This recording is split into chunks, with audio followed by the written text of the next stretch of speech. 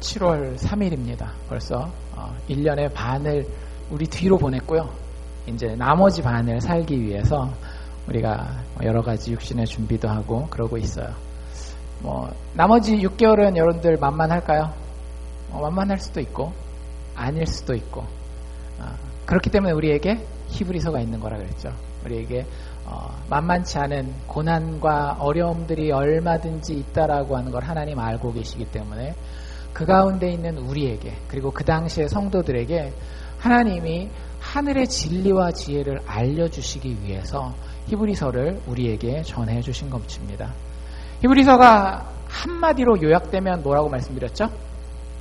예수를 바라보자, 예수를 바라보라, 예수를 바라보자, 이 말씀이라고 말씀드렸습니다. 혹시 오늘 읽으면서 찾으셨어요? 12장에 딱 왔더니 그 말이 진짜 있네요. 여러분들 한번 물어봅시다. 여러분들 예수를 바라보셨습니까? 한 주간? 아침에 일어나서 예수 바라보셨습니까? 스마트폰 바라보셨습니까? 솔직히. 여러분들 오늘 교회 오면서 내 얼굴과 내 외모를 먼저 바라보셨습니까? 아니면 예수를 먼저 바라보셨습니까?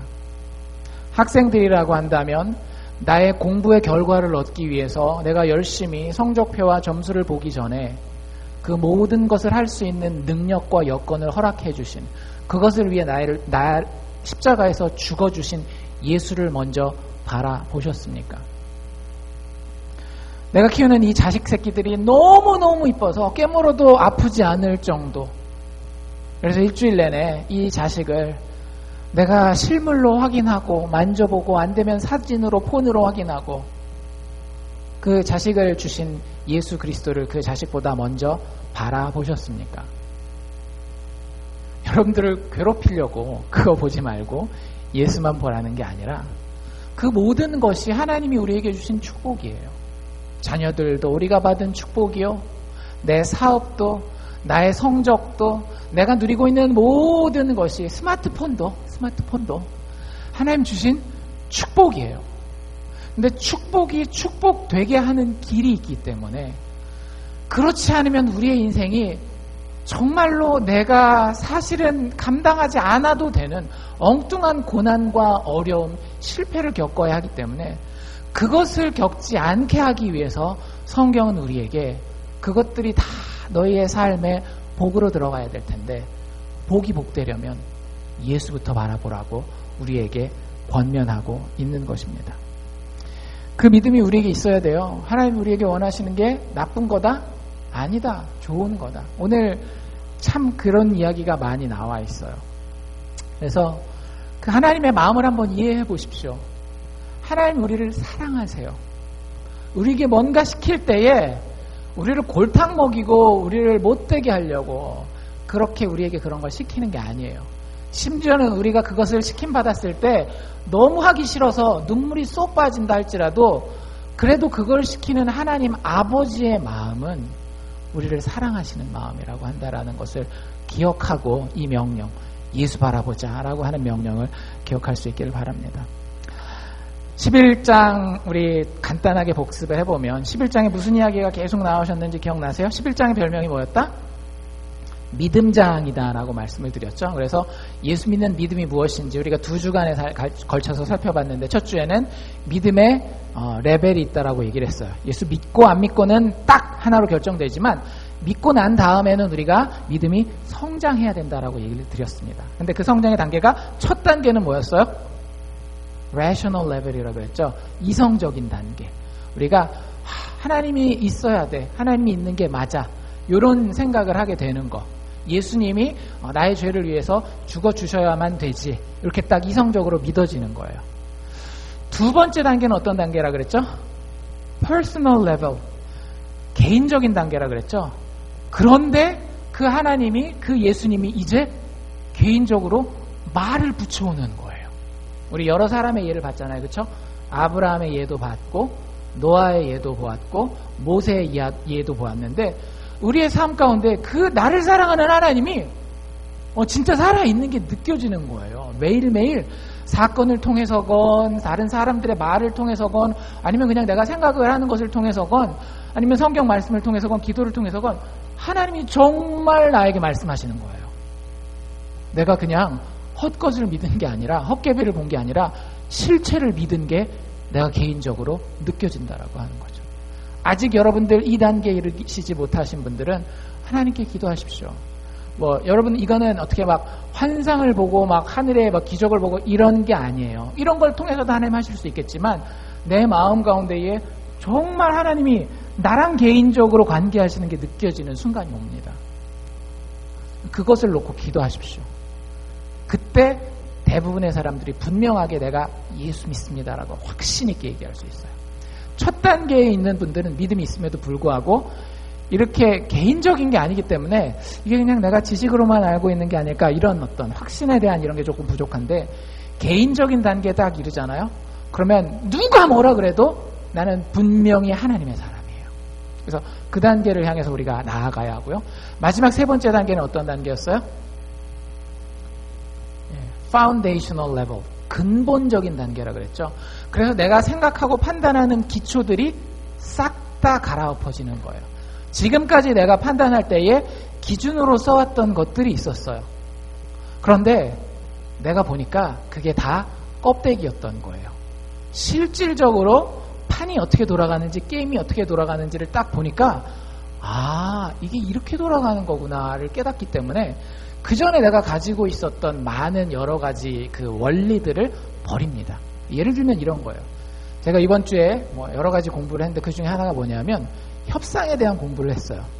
스탠포드 대학의 그 비즈니스 스쿨, 그레듀에이트 스쿨에서 되게 비싸더라고요. 강의 하나 이렇게 5일 동안 듣는데 그런 게 12,000불, 15,000불 이 정도예요. 일주일 가서 딱 듣고 오는데 그 중에 한 강의를 제가 들었는데 그 사람이 하는 얘기가 협상을 할 때 한국 사람들이 협상의 방법은 뭐예요? 자동차 사고 딱 났을 때 어떤 사람이 이겨요? 목소리 큰 사람이 이기잖아요. 근데 진짜 고급 레벨에 올라가서 협상을 하잖아요. 그러면 미국 사람들도 그런 사람들이 있답니다. 협상하다 말고 문 꽉 닫아버리고 확 나가버리고 막 성질 빠락 내면서 안 해! 파토 났어! 막 이렇게 나가는 사람들이 있대요. 그렇게 해서 딜을 몇 개를 성공하는 케이스들이 있답니다. 근데 다 어떤 딜들인가 하면 피라미드 딜들. 진짜 수백만 달러, 그러니까 100만 달러, 밀리언 달러도 요새는 별로 큰 딜이 아니잖아요. 빌리언 달러 딜들 이렇게 들어갈 때에는 거기에 적용되는 원리와 원칙이 있는 거예요. 그러니까 그런 걸 배우러 거기 오는 겁니다. 막 미국 사람들도 그 협상할 때 F워드들을 막 쓴대요. 실질적으로 막 욕하면서 막 얼굴 막 하면서 소리 버럭 지르고 그러는데, 그런 것들을 자기 원리로 가지고 왔었던 사람들이 거기 와서, 그 사람은 진짜 딜을 많은 빌리언 달러 딜들을 했던 사람들이 와서 강의를 하거든요. 그 강의를 듣고 나면 완전 자기보다 훨씬 고수잖아요. 저 사람들의 세계는 저렇게 하는 거구나 하면서 자기가 가지고 있던 기준들을 어떻게 하는 거예요? 내려놓고 새로운 기준으로 자기를 훈련시키기 시작하는 겁니다. 그러면 자기도 큰 그릇이 되는 거예요. 무슨 얘기인지 아시겠죠? 예수 믿는 믿음은 우리를 절대 그냥 두지 않아요. 믿음의 내용이 있기 때문에 우리로 하여금 그 근본이 바뀌게 하는 역사가 있어요. 그런 능력이 있어요. 그래서 여러분들 왜 사람들이 주식을 하면 망할까요? 주식할 때 이번에도 되게 크게 손해본 사람들이 어떤 사람들이에요? 브렉시트 때문에 저점에 확 판 사람들. 지금 한국 주가를 좀 보시는지 모르겠지만 한국의 주식의 목표가 지금 2,000포인트예요. 2,000포인트인데 브렉시트 되고 나서 1,800대까지 완전히 꼬꾸라쳤어요. 근데 지금 몇일까요? 브렉시트 한 지 일주일 정도밖에 안 됐잖아요. 그렇죠? 영국이 유럽연합을 떠난 지 일주일밖에 안 됐잖아요. 지금 몇일까요? 그 브렉시트 되기 전에 1,900 몇이었거든요. 지금 그대로 다 회복해서 2,000을 바라보내 만회하고 있어요. 그럼 누구만 손해본 거예요? 저점 찍었으니까 빨리 더 내려가기 전에 팔아야 되겠다라고 한 사람들만 틀린 거예요. 그래서 주식을 하면 반드시 대부분의 사람들이 손해봅니다. 왜요? 대부분의 사람들이 생각하시는 생각 방식대로 생각하고 투자를 하기 때문에 항상 막차를 타는 거예요. 인생이 그렇다니까요. 여러분들 여기도 비즈니스 하시는 분들 아시겠지만 제가 대학교 들어갔을 때 한국에서 많이 은퇴하신 분들이 업을 했던 게 뭐였는가 하면 지금은 치킨이지만 그 당시에는 노래방이었어요. 노래방 연분들 중에 대부분이 다 문을 닫았습니다. 왜 문을 열었죠? 일단 잘 된다니까, 이익이 된다니까 열잖아요. 근데 어땠어요? 모든 사람들이 다 생각하던 대로 생각하고 그냥 쫓아간 거예요. 그러니까 결국에는 같이 망하는 거예요. 여러분들 사업만 그런 게 아니라 우리의 인생 전체가 그린 그런 그림으로 그려집니다. 우리가 세상 사람들이 생각하는 대로 우리 애들 좋은 대학 보내야 되고 우리 애들 좋은 잡 가져야 되고 비즈니스 할 때 이렇게 거짓말을 해서라도 이익을 봐야 되고 다른 사람들과 인간관계에서는 내가 자존심을 세우기 위해서는 욕이라도 해야 되고 저 사람 밟아서 무시라도 해야 되겠다라는 이런 모든 전반적인 사회가 가지고 있는 공통 개념이 있어요. 그리고 그걸 따르지 않으면 막 죽을 것 같이 힘든 위기를 당하는 그런 막 마음의 프레셔를, 압력을 받습니다. 여러분들 그 원리를 가지고 그대로 살아가잖아요? 똑같아요. 여러분들 옆에 살아가는 대부분의 사람들이 다 행복해 보이던가요? 대부분 다 힘들어 보이고 막 좀 인생이 어려워 보이던가요? 대부분의 사람은 미국도 마찬가지고 한국도 마찬가지고 인생이 힘들다라고 얘기를 해요. 왜? 다 똑같은 생각 가지고 똑같은 원리와 기준을 가지고 살아가기 때문에. 그래서 성경이 우리에게 그 근본을 한번 바꿔보라는 거예요. 그 원리를 한번 바꿔보라는 거예요. 그리고 그걸 믿음이라 그러는 거죠. 왜? 다른 사람들은 다 그렇게 생각하지 않으니까. 근데 그 믿음은 우리에게 열매를 가져다 줍니다. 11장에 나와 있던 표현대로라면 이런 사람은 세상이 감당할 수 없는 거예요. 여러분들 이런 믿음을 좀 가지십시오. 근본적인 믿음, 근본적인 레벨의 믿음. 그래서 다른 사람들과 똑같은 행동을 하더라도 그 모티베이션, 동기가 다른 거예요. 공부를 해도 다른 학생들이 열심히 공부하는 이유와 예수 믿는 사람들이 열심히 공부하는 이유는 전혀 달라야 합니다. 근데 많은 예수 믿는 학생들은 그걸 생각하지 않고 그냥 좋은 결과를 얻는 방법에만 이렇게 도전하는 경우가 많아요. 물론 어느 정도 도움을 받고 하면 어느 정도까지는 가지만 많은 한계가 있는 것을 제가 봅니다. 제가 아이들을 많이 가르쳐 보니까, 가르쳐 받고. 인생도 마찬가지니까 여러분들 그렇게 생각하시고요. 그래서 3단계, 이성적인 레벨, 개인적인 레벨, 근본적인 레벨을 향해서 한 단계씩 여러분들 성장하면 좋으실 것 같고요. 그 다음에 지난주에 저희가 했던 것들은 그 믿음이 어디에 근거되어 있어야 되는가 하면 더 좋은 것, 더 좋은 부활의 근거에 있어야 된다라고 얘기를 했어요. 예수 믿는 사람에게는 절망이란 있다 없다? 없어요. 예수 믿는 사람은 반드시 다시 일어납니다. 어느 정도 다시 일어나요? 죽음이 나에게 찾아와도 다시 일어나는 게 예수 믿는 사람이에요. 제가 가끔 가다가 세인트 어거스틴에 대한 이야기 많이 하잖아요. 세인트 어거스틴의 어머니가 모니카였다고. 모니카가 세상적인 관점으로 봤을 때 그 아들은 소망이 전혀 없었어요. 근데 어때요? 모니카가 믿음이 있었거든요. 하나님에게 소망 없는 사람은 있다 없다? 없다. 하나님에게 소망 없는 상황은 있다 없다? 없다. 그걸 믿고 더 좋은 부활 받을 것을 바라고 세상에서 구차히 욕보는 것, 심지어는 죽는 것까지도 참아 이겨내놨던 우리 믿음의 선배들의 모습들을 우리가 지난 시간에 살펴봤습니다. 그런 믿음의 역사를 살았었던 사람들이 여러분들 우리에게 1절에 읽은 대로 구름같이 들러싸서 증인 노릇하고 있다는 거예요. 여러분들에게 성경에 그런 위인들의 이야기가 전해지고 지금도 지구촌 곳곳에서 예수 믿기 때문에 핍박받고 죽어가고 그럼에도 순교할 수 있는 용기를 가진 사람들, 그 사람들이 우리들 주변에 있는 이유는 뭐냐면요, 하나님이 그 사람들을 통해서 우리를 격려하시기 위함이라는 거예요. 너희가 그 믿음으로 살아라. 이렇게 믿음을 잘 뛰어서 아름답게 믿음의 경주를 마무리한 사람들이 있지 않느냐. 너희들도 그렇게 뛰어야 하지 않겠느냐라고 하는 것이 오늘 우리가 읽는 12장의 주된 메시지가 됩니다. 12장 우리가 읽은 부분에서 제일 먼저 저희가 기억해야 되는 사실은 이것입니다. 인생은 경주이다. 여기 이런 표현 나와 있었죠. 우리 앞에 당한 경주를 경주하라. 이런 표현이 나와 있습니다. 여러분들 인생은 뭐라고요? 산보, 산책, 마실 나가는 거? 아니에요. 인생을 우리가 여행이라고 표현하긴 했지만 이 히브리서는 왜 써져 있다고요? 인생에서 뭘 만나기 때문에? 고난을 만나기 때문에, 어려움을 만나기 때문에, 내가 예상치 못했었던 상황을 만나기 때문에 인생을 여행길이라고 표현하는데 특별히 고난이 있는 여행길이라고 표현했어요. 근데 그걸 오늘 12장에서는 조금 더 구체적인 그림으로 우리에게 그려주는데 경주라는 표현으로 사용하고 있습니다. 근데 경주라는 한국 단어가 조금은 우리에게 거리가 있어요. 경주하면 여러분들 항상 뭐 생각하세요? 자동차 경주, 조금 더 해야 사람들 달리기 경주 이렇게 생각하잖아요. 근데 원래 이 헬라어 단어가 경주라는 단어가 어떤 단어를 쓰고 있는가 하면 아곤이라고 하는 단어를 씁니다. 여러분들 혹시 영어 단어 중에 아곤 요게 들어가는 단어 애거니라고 하는 단어 아세요? 애거니가 무슨 뜻인가 하면 아픔, 고통 이런 뜻이에요. 이 경주라는 단어 자체가 아픔이라는 뜻을 가지고 있어요. 고통이라는 뜻을 가지고 있어요. 헬라어 단어가. 이게 단어가 어떻게 해서 그런 뜻을 가지게 되는가 하면 처음에 원래 아곤이라고 하는 거는 사람들이 이렇게 모이는 모임을 아곤이라고 불렀습니다. 근데 그 당시 그리스 로마 문화잖아요. 특별히 그리스 문화에서 사람들이 모이면 둘 중에 하나를 해요. 뭐 아니면 뭘 했는가 하면 첫 번째는 정치할 때 모여요. 우리 세계사 배우신 분들은 그리스의 정치 체제가 뭐였어요? 직접 민주주의. 그래서 직접 자기가 가서 투표하고 그러잖아요. 그래서 정치할 때 모여요. 그 다음에 또 그 그리스 사람들이 모이는 이유가 또 한 가지가 있습니다. 사람들이 모일 때 뭘까요?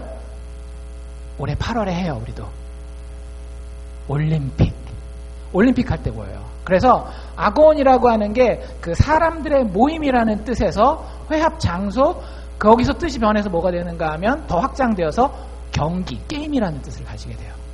그런데 그 게임이 진짜 치열하거든요. 여러분들 우리가 하는 올림픽은 진짜 근대화된 아주 신사적인 게임이에요. 그 사람들이 했던 게임은 진짜 치열했습니다. 그래서 이 아곤이라는 단어의 최종적인 확장되는 뜻이 뭐까지 가게 되는가 하면 아까 얘기했던 고통, 투쟁이라는 단어 뜻까지 가지게 돼요. 왜 도대체 무슨 경기를 했길래 이렇게 이런 단어를 과격한 단어를 거기다 썼는가 하면 여러분들 그 5종 경기라는 말 들어보셨어요? 5종 경기? 올림픽을 하면 여러 종목이 있습니다. 근데 그 중에서 제일 그 당시에 철학자들이건 그 당시에 정치가들이건 제일로 인간으로서 가장 아름답고 가장 완벽한 몸을 가진 사람이 이 5종 경기에서 1등하는 사람으로 봤어요. 여러 가지 다른 경기, 마라톤도 있고 하지만 그래서 5종 경기가 사실은 이 올림픽 경기의 꽃이었습니다. 여러분들 지금 올림픽에 5종 경기가 있을까요? 없을까요? 항상 우리 성경만 보시고 그러시나고 하고 있어요. 근데 뭐라고 부르는가 하면 5종 경기라고 그냥 부르지 않고 앞에다가 말을 붙여요. 뭐라고 붙이는가 하면 근대 5종 경기라고 불려요. 이렇게 말 그대로 좀 세련돼진 거예요. 5종목 뭐뭐 뛰는가 하면 펜싱 딱 해가지고 착착착착 펜싱. 두 번째는 수영. 세 번째는 승마. 딱 차려입고 모자 딱 쓰고 딱 해가지고 장음을 띄워놓고 이렇게 가는 거. 네 번째는 사격. 이렇게 타겟을 딱 올려주면 움직이는 거 탁탁 쏴가지고 맞추는 거. 그다음에 뭐 고정 사격을 하는 경우들도 있고 시대마다 좀 달라집니다. 그다음에 마지막에 달리기. 보통 크로스 컨트리 합니다. 그렇게 하는데 되게 신사적이잖아요. 얼마나 펜싱할 때도 탁 투구 갖춰 쓰고 승마할 때도 머리 딱 쓰고 이렇게 하는데 여러분들 그리스 시대의 5종 경기는 그게 아니에요. 일단 그리스 시대의 올림픽에는 참석할 수 있는 자격이 있었습니다. 누구만 참석할 수 있었을까요? 남자들만. 여자들은 죄송하지만 성경시대뿐만 아니라 그리스 시대 때도 좀 그랬어요. 근데 이유가 있었어요. 관중도 여자는 안 돼요. 왜일까요? 그리스의 꽃병 같은 데 이런 데 보면 이유가 나와 있어요. 올림픽에 참석하는 모든 사람들은 다 벗어요. 다 벗고 뛰기 때문에 남자들만 뛰고 남자들만 구경하게 돼 있어요. 거기 들어가서 열심히 하는데 5가지가 뭐냐면 롱점프, 멀리 뛰기 일단 하고요. 그 다음에 제블린, 창 던지기 있잖아요. 창 던지기 하고 원반 던지기인데 디스커스인데 이게 우리가 생각하는 원반이랑은 좀 달라요. 돌이 진짜 무지막지하게 생겼어요. 그래서 그거 던지는 거 하고 그 다음에 스테디언이라고 하는 달리기 경주가 있어요. 그리고 맨 마지막에 진짜 이 5종 경기 중에서도 꽃으로 두는 게 뭐냐면 뭘까요? 혹시 아세요? 많은 사람들이 이걸 뭘로 알고 있는가 하면 레슬링으로 알고 있어요. 레슬링. 그래서 여러분 레슬링 할 때 레슬링의 종류가 있는데 혹시 그런 거 들어보신 적 있으세요? 그레코 로만형 뭐 이런 거 올림픽 한번 들어보세요. 그레코 로만이 무슨 뜻이냐면 Greek and Roman, 그리스 로마 시대에 하던 방식의 그 레슬링이라는 뜻이에요. 그러니까 레슬링으로 오해를 하는 경우가 있는데 아주 틀리지는 않아요. 근데 여러분들 올림픽 레슬링 할 때는 어때요? 좀 신사적이에요. 예전에 제 기억에 올림픽이었는지 아시안게임이었는지 모르겠지만 우리나라 선수가 금메달 따는데 이렇게 머리에 부딪혀가지고 여기 붕대에 빨갛게 피 나오게 해가지고 금메달 땄던 그런 정도는 아주 약과입니다. 쉬운 얘기로 하면 무슨 종목인가 하면 종합격투기예요. 여러분들 혹시 UFC가 뭔지 아시는 분 계세요? 젊은 친구들은 좀 아는데 그 나이 연세가 여기서 이제 세대 차이가 좀 갈라집니다. 뭐 이런 그 실바라든지 몇몇 앤더슨 이런 몇 명 유명한 사람들이 있는데 이 사람들이 링 안에 들어가면 모든 기술을 다 쓸 수 있어요. 근데 그 지금 UFC 하는 것보다도 훨씬 더 과격하게 했습니다. 이 원래 이름이 뭐냐면 판크라티온이라고 하는 경기예요. 이름 자체가. 판이 무슨 뜻이냐면 모든이라는 뜻이고 크라티온이라고 하는 게 무슨 뜻이냐면 힘이라는 뜻이에요. 온 힘을 다해서 모든 방법을 써서 자기가 할 수 있는 최선의 싸움을 싸우는 거예요. 다 벗고 장비는 딱 한 가지 갖춥니다. 여러분들 요새 권투할 때 이렇게 글러브 하잖아요. 권투할 때 글러브는 왜 끼죠? 이렇게 때려가지고 잘못하면 죽으면 안 되잖아요. 그래서 상대방을 보호하고 내 주먹을 보호하기 위해서 글러브에 솜이 들어있어요. 그렇잖아요. 근데 이 판크라티온에 들어가는 선수들도 글러브를 끼는데 어떤 글러브를 끼는가 하면 딱딱하게 마른 가죽 있잖아요. 그거를 이렇게 딱 주먹 모양에 맞게 이렇게 묶어가지고 딱 낍니다. 끼는 이유가 뭘까요? 내 주먹으로 때리면 이렇게 별로 상처가 안 나는 거예요. 그러니까 그 딱딱한 가죽으로 팍 때려서 살점을 도려내고자 하는 목적을 가지고 그 장갑을 낍니다. 그러니까 얼마나 치열한 경기인지 아시겠죠? 거기에는 금지되는 기술이 딱 두 가지가 있어요. 뭐랑 뭐? 깨무는 거하고, 그 너무 비겁하니까 깨무는 거하고, 그 다음에 나머지 하나는 눈을 후벼 파는 거. 그 두 가지를 뺀 모든 기술이 가능해요. 그리고 이 대부분의 경기는 어떻게 결판이 나는가 하면 한 사람이 완벽하게 항복하고 실신하거나 죽어야 끝나요. 그러니까 여러분들 현대사회는 우리가 되게 진짜 아무리 힘들다 해도 육체적으로 경제적으로 우리는 진짜 온실안의 화초처럼 사는 거예요. 영경의 표현대로 하면 피 흘리기까지는 그게 무슨 분야가 됐건 공부가 됐건 사업이 됐건 밥 먹는 게 됐건 뭐 걸어다니는 게 됐건 진짜 피 흘리기까지는 우리는 안 싸우는 그런 삶을 사는 거예요. 그 당시의 기준으로 본다라고 한다면 그렇게 싸우는 것을 놓고 여기 우리가 당한 경주를 경주하라고 이야기하는 거예요. 이제 좀 이해가 되세요? 그냥 한번 뛸 수 있는 데까지 헉헉 거릴 때까지 한번 뛰어봐 이렇게 얘기를 하는 게 아니라 그 당시에 이 히브리서를 읽는 모든 독자들은 판크라티온이라고 하는 그 경기를 알고 있었어요. 정말로 피 흘려서 죽을지도 모르는 그 상황까지도 가는 치열한 그 경주. 너희가 그 경주를 뛰라고 하는 것이 성경의 명령이고 거기서 우리가 발견하는 진리는 인생은 경주라고 하는 거예요. 정말 그냥 경주가 아니라 어떤 경주? 치열한 경주. 여러분들 그런 것들 가끔 근데 느끼지 않으세요? 여러분들의 인생을 살다 보면 인생이 이렇게까지 치열한지 몰랐는데 정말 치열하구나를 가끔씩 느낄 거예요. 현대인들은. 근데 느낄 때가 있다니까요. 성경이 그걸 우리에게 이야기하고 있는 겁니다.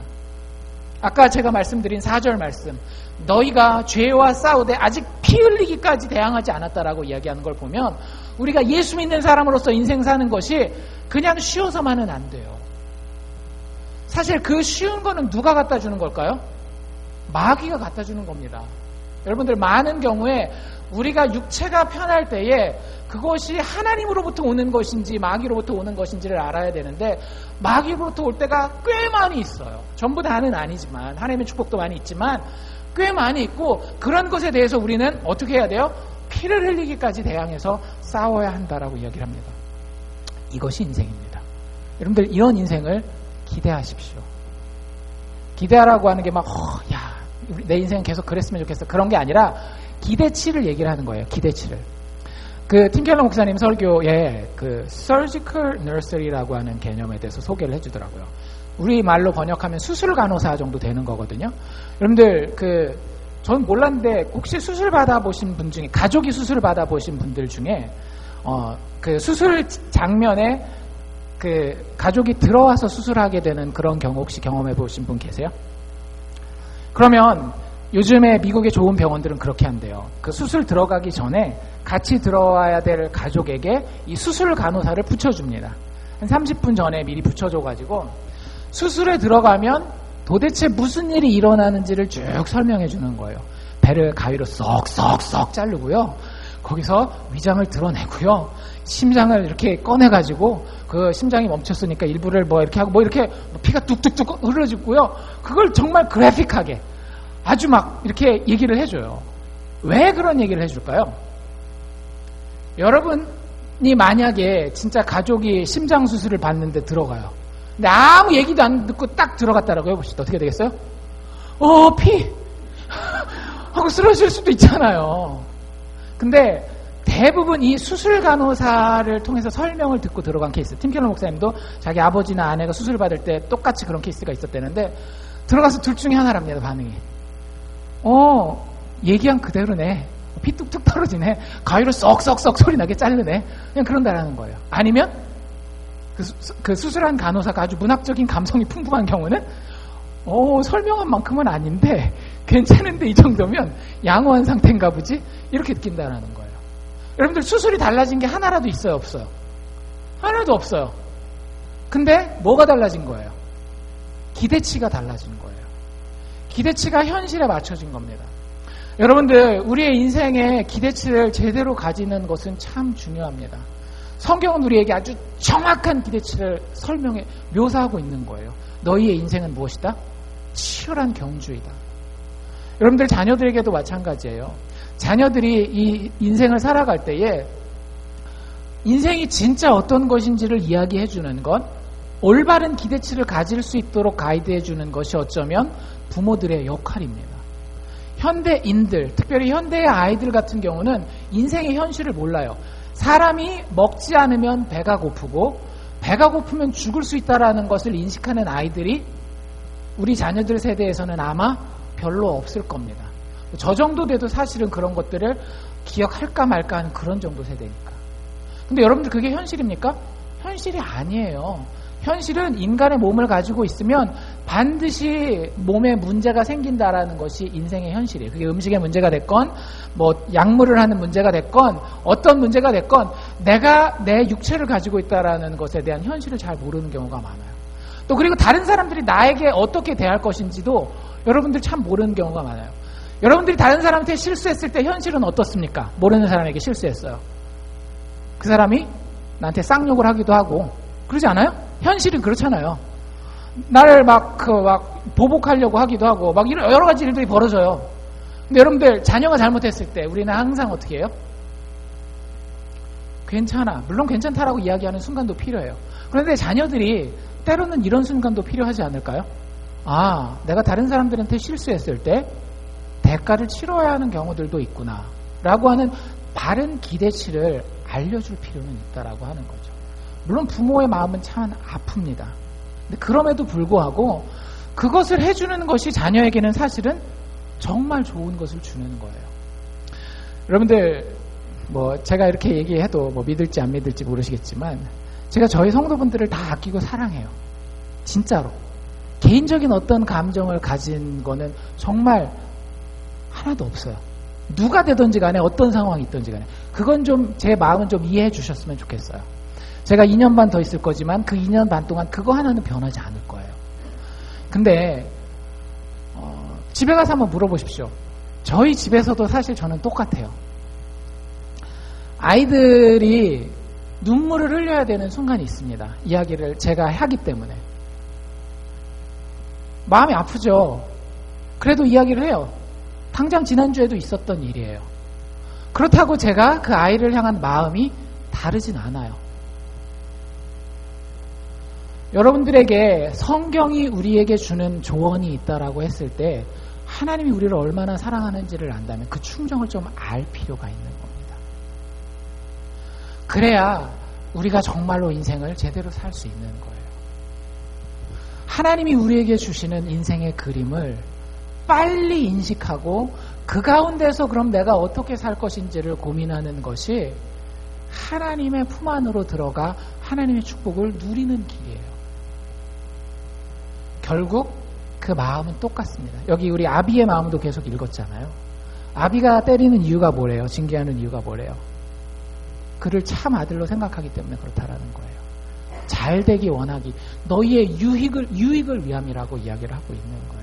육신의 아비도 그러는데 영적인 아비 되신 하나님이 우리에게 그런 것들을 권면하실 때에 때로는 우리가 한 번은 내가 눈물을 흘린다 할지라도 생각은 해볼 필요가 있다라고 하는 겁니다. 거기에 나를 맞춰가는 거지 나에게 하나님을 맞추려고 하면 사실은 답이 없어요. 많은 경우에. 어쨌든 인생은 치열한 겁니다.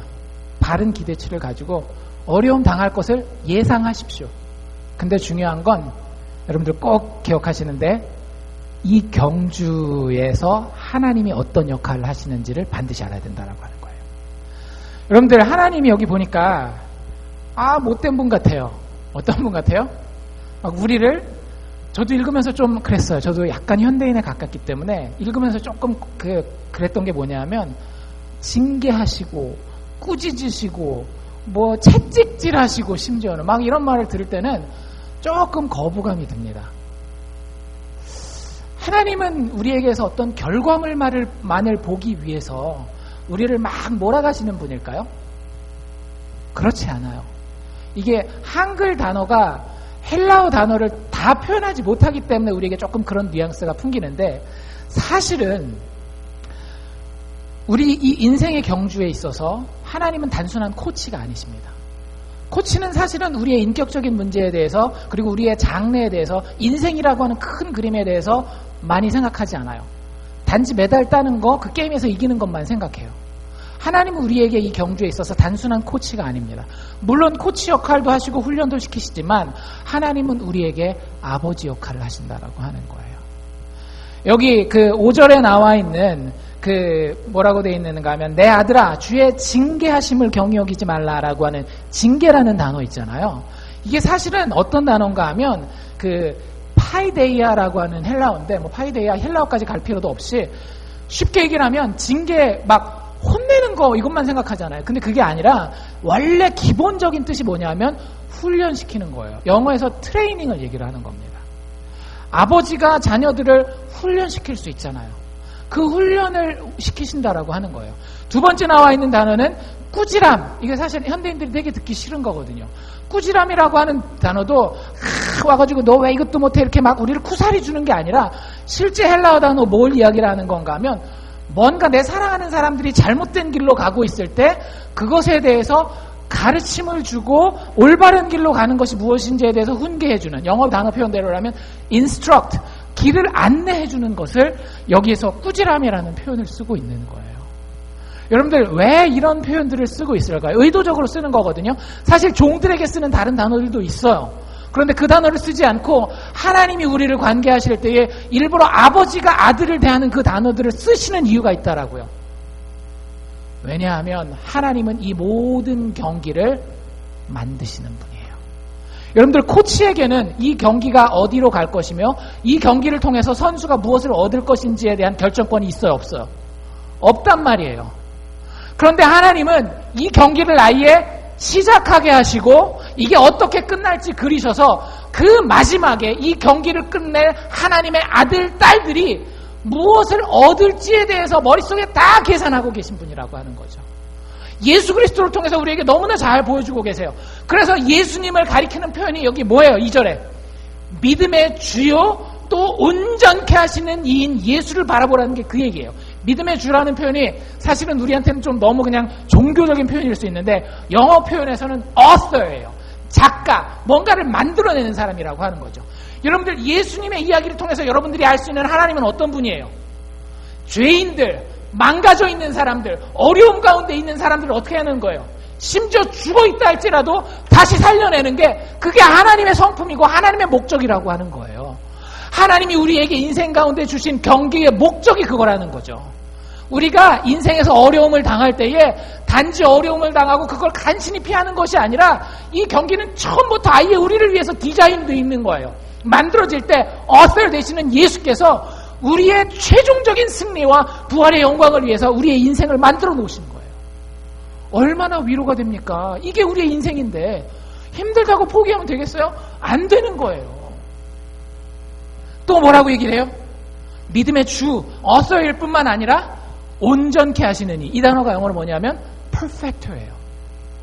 우리가 이 경기를 뛸만 하지 못할 때에 그것을 뛸 수 있도록 훈련시키시고 먹이시고 다시 일으키시고 때로는 격려하시고 때로는 채찍을 들으셔서라도 우리를 마침내 완벽하게 경기를 끝낼 수 있는 사람으로 만들어주시는 분이 예수 그리스도라고 하는 겁니다.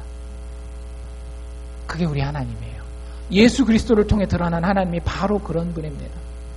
그러니 여러분들은 어떻게 하셔야 되겠어요? 이 인생을 살아가면서 여러분들은 자신감이 있으셔야 되는 거예요. 이 경기가 어떻게 만들어졌으며 어떻게 끝날지 알고 있거든요. 근데 무슨 걱정이에요? 좀 힘들긴 하죠. 여러분들이 힘들긴 하지만 어때요? 식스팩을 만들기 위해서 안 힘들어요? 힘들어요. 힘들단 말이에요. 식스팩 만드는 과정은 힘들어요. 팀 켈러 목사님 되게 재밌는 표현 썼어요. 자기를 그렇게 강한 성장한 사람으로 만들기 위해서는 약할 때 강함 주시는 은혜가 필요하다고. 그게 뭔 얘기냐면 여러분들 식스팩 만들기 위해서 짐에 갔어요. 근데 그냥 땀도 안 나고 편하게만 운동하고 나오면 몸이 강해져요? 안 강해져요? 안 강해져요. 운동 어떻게 해요? 막 팔굽혀펴기 푸시업 막 하면 어때요? 나중에는 이게 근육인지 스파게티 면인지 모를 정도로 흐물흐물 약하게 된단 말이에요. 근데 그 약함 가운데 뭐가 생기는 거예요? 강한 성장이 생기잖아요. 여러분들 그런 영적인 비밀이 우리의 육체 훈련에도 사실은 다 이미 보여지고 있는 것들이에요. 여러분들이 하나님을 정말로 뚫어지게 바라봐야 됩니다. 여러분들이 예수 그리스도를 뚫어지도록 바라봐야 돼요. 내가 피 흘리기까지 예수 바라보는지 나 스스로에게 확인해야 되는 겁니다. 왜? 거기에 우리의 경기의 완성이 있기 때문에. 그분이 우리의 인생이라고 하는 경기를 만드셨고 그 경기가 어떻게 끝날지 그리고 어떻게 완성될지에 대해서 책임지시겠다라고 얘기하셨기 때문에 우리가 다른 것이 아닌 하나님에게 예수 그리스도에게 우리의 시선을 고정해야 할 필요가 있는 겁니다. 그래도 어려운 건 어려운 거잖아요. 어쩌겠어요. 힘든데. 이거 안 힘들다라고 얘기는 할 수 없는데 여러분들 그때 우리가 꼭 가져야 되는 태도를 한번 기억해 보실 수 있기를 바랍니다. 5절에 이렇게 되는데 아까 읽은 건데요. 내 아들아 주의 징계하심을 어떻게 여기지 말라? 경히 여기지 말라라는 거예요. 팀케너 목사님 설교에 나온 예화인데 이렇게 얘기를 하시더라고요. 예를 들어서 여러분들 아들이 여러분들에게 거짓말을 했어요. 그래서 원래 그날 저녁 때 친구 집에 놀러 가기로 했는데 다 취소하고 야 너 거짓말 했어 안 했어? 따져가지고 사실관계 다 따진 다음에 거짓말 했으니까 가지마. 오늘 너 있는 파티 다 취소야. 여러분들 어떻게 반응하셔야 될까요? 부모가 자녀에게 주는 징계의 꾸지람이잖아요. 여기 뭐라고 돼 있어요? 경히 여기지 말라라. 경히가 무슨 뜻이에요? 가볍게 여기지 말라라는 거예요. 그거 아무렇지도 않게 생각하면 안 된다라고 하는 거예요. 팀케너 목사님 참 재밌게 표현하셨어요. 거기서 나 가야 되는데 왜 이게 내가 잘못했다니까 막 차라리 이렇게 하는 게 아이로서는 아주 자연스러운 반응이라는 거예요. 왜? 아버지가 나한테 그렇게 파티 못 가게 하는 그게 힘든 거라는 거를 온몸으로 뼈저리게 느끼고 표현하는 거잖아요. 근데 이렇게는 반응하지 말라라는 거예요. 야, 너 오늘 파티 취소야. 가지 마 그랬는데. 안 가지 뭐. 나 원래 가기 싫었어. 와, 이거 하지 말라라는 거예요. 하나님이 우리에게 경고를 주시고 꾸지람을 주실 때에 징계를 주실 때에 그게 아파야 돼요. 힘들어야 돼요. 그리고 그 가운데에 그래서 부모가 나에게 원하는 게 진짜 뭔지를 깨닫기 위해서 고민하고 그날 밤을 꼬박 지새봐야 되는 겁니다. 기도하면서 말씀 보면서 하나님 도대체 왜 그러십니까? 네가 죄인이라니까. 무슨 죄요? 내 잘못했다 그랬잖아요. 잘 생각해봐. 여러분들 이건 인간과의 문제가 아니에요. 우리의 영적 아버지와의 문제라고 하는 거예요.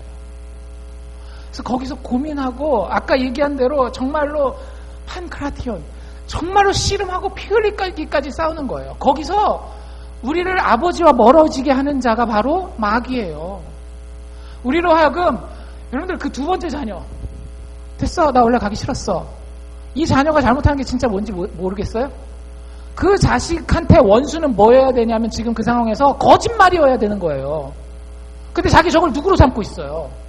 아버지로 삼고 있단 말이죠. 그러면 안 된다라는 거죠. 아버지의 마음을 알고 아버지의 뜻을 알기 위해서 정말로 내가 한번 집중해 보는 거예요. 한번 애써 보는 거예요. 그리고 진짜 적과는 피 흘리기까지 싸우는 겁니다. 도대체 하나님이 이것을 통해서 나에게 원하시는 성장의 방향이 무엇인가를. 또 한 가지는 뭐예요? 그에게 꾸지람을 받을 때 뭐 하지 말라? 낙심하지 말라. 여러분들 예수 믿을 때 제일 힘든 게 뭐냐면, 목사로서 볼 때 제일 힘든 게 뭐냐면, 시험에 들었을 때 낙심하는 분들 보면 진짜 마음이 너무너무 안타까워요. 병이 들어서, 자식이 힘들어져서, 뭐 상황이 힘들어서, 뭐 시험을 받아서, 뭐 여러 가지 있잖아요. 근데 여러분들 이거 기억하세요. 이 인생은 누가 만드신 경기라고요? 하나님이 만드신 경주라고요. 누가 완성하실 경주라고요? 하나님이 완성하실 경주라고요.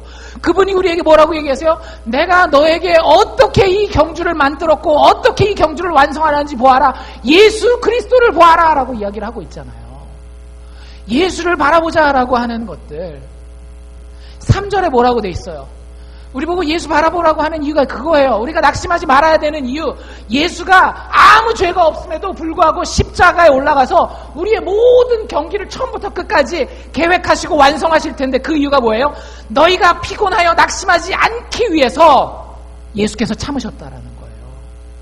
예수께서 우리가 이 경주를 넘어져도 다시 일어날 수 있는 힘을 가질 수 있도록 그 십자가의 고난과 죽음을 참으셨다라는 거예요.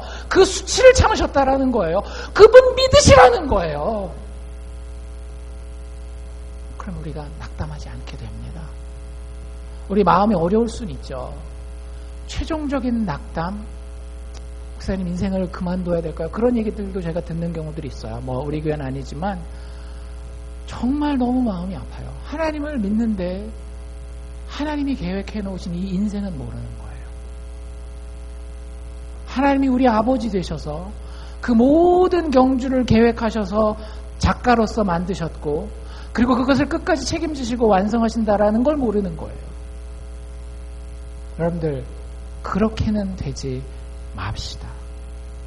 지금 당장 11절에 나와 있는 것처럼 무릇 징계가 당시에는 즐거워 보이지 않는 건 사실이에요. 슬퍼 보여요. 어려워 보여요. 하지만 어때요? 그로 말미암아 연단한 자. 이게 영어 표현에 보면 트레인된 자를 얘기를 하는 거거든요.